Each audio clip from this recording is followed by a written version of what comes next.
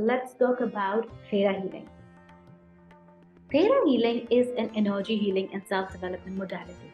And I would like to explain this with an analogy. So working with Theta Healing is similar to what happens when, let's say, there is a sandstorm. And if you're in a sandstorm, it can blur your vision for some time, and you're unable to see clearly, of course, when you're in a sandstorm. But when the sandstorm passes, you will regain clarity of vision, and then you will be able to see what lies ahead.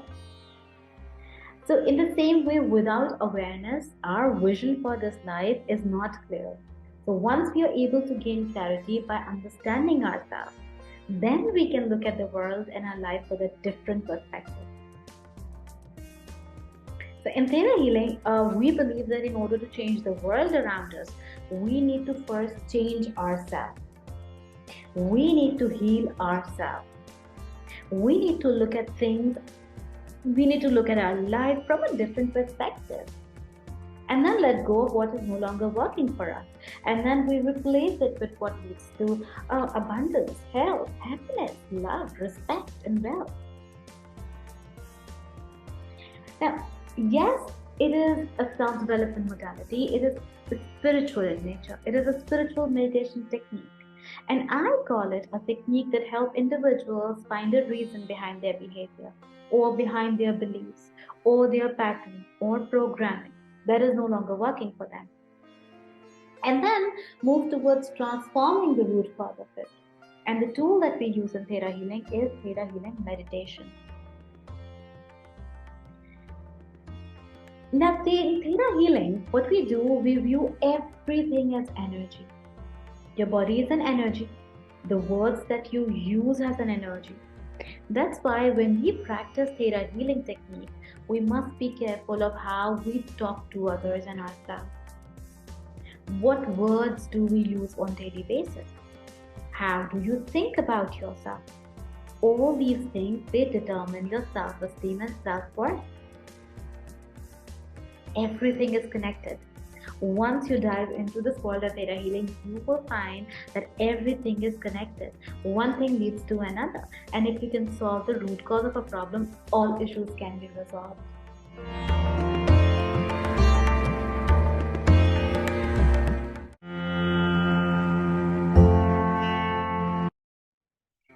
And when we talk about Theta Healing, we follow a digging process, and it leads us to the change that we desire.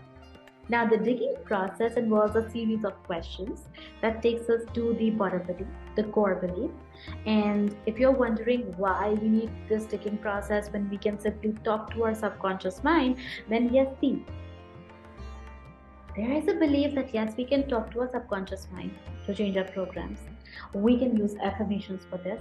But usually when people do this, they find that even after talking to their subconscious minds and repeating the same affirmations, they find themselves playing their limiting programs again and again. They get upset at themselves, frustrated because they think, I keep talking to myself, to my subconscious mind, and nothing is changing. So you have to remember that subconscious mind does not work like this, where you repeat certain affirmations throughout the day and the subconscious mind changes. No, it does not work like this. Your subconscious mind is like a recorder. It records everything.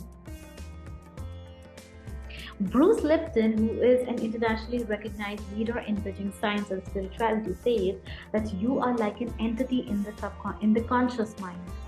And the subconscious mind is just like a machine. It records everything that goes in and around you. It pushes a button and it plays back all the programming, all the records, everything. So if you're trying to talk to the subconscious mind, thinking that, okay, there is someone listening to me and things will change, it can be frustrating because according to Bruce Lipton, there is nobody who is listening to you. Because that's not how subconscious changes. And that's why most people, they have a lot of problems and they get angry at themselves when nothing changes. The conscious mind is called creative, and it can learn by listening to a podcast, attending a webinar just like you guys, reading a self-help book, attending a lecture, watching a video, or reading an article. What's happening? Your subconscious mind is taking everything in. It's absorbing everything. This is what your conscious mind is doing right now. So if you read a self-help book, the conscious mind understood it, but the subconscious mind learned nothing from it because you only read it once. And this is not how it learns. If you repeat the message of the book over and over again by putting it into practice and behave in that way, then the subconscious mind will learn a new behavior.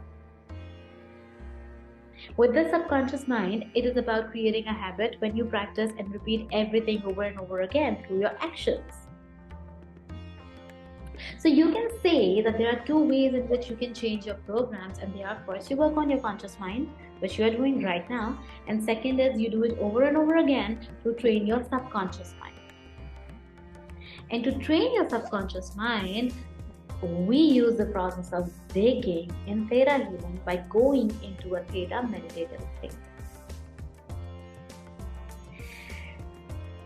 Now, why do we have to repeat the process to make it a part of our subconscious mind? Because the subconscious mind is like a database of stored programs. These programs, they come from programming a child from the early age.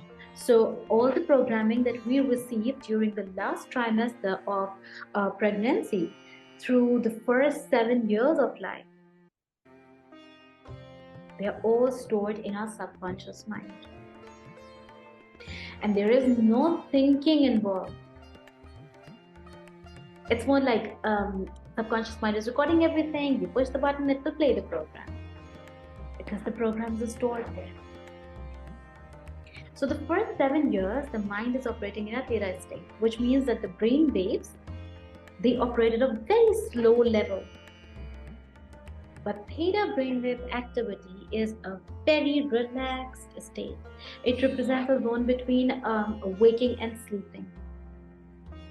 This is the brainwave that will enhance creativity. It also enhances intuition. So it easily stores memories, emotions, sensations. Theta waves are strong during meditation, during prayer, spiritual awareness. And when we are in a theta state for the first 7 years of our life, we observe everything, we store it in our subconscious mind, and after you are 7, you form habits by repeating those stored programs over and over again, practicing, repeating.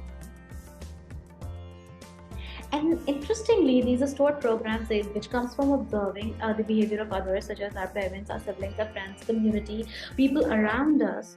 And it is believed that up to 70% of these learned behaviors are self-sabotaging, they are disempowering, and they are limiting. Up to 70%. So our subconscious mind, it runs on these learned programs. 70% of which are self-sabotaging. So it is clear that most of the time, without the supervision of conscious mind, what we do, we operate out of the field of awareness. It means that our lives are more or less under the control of the programs provided by other people. And most of the time, we are not living the life that our conscious mind desires. That's why this is where digging comes in. This is why it is necessary to dig deeper into the beliefs hidden in our subconscious mind.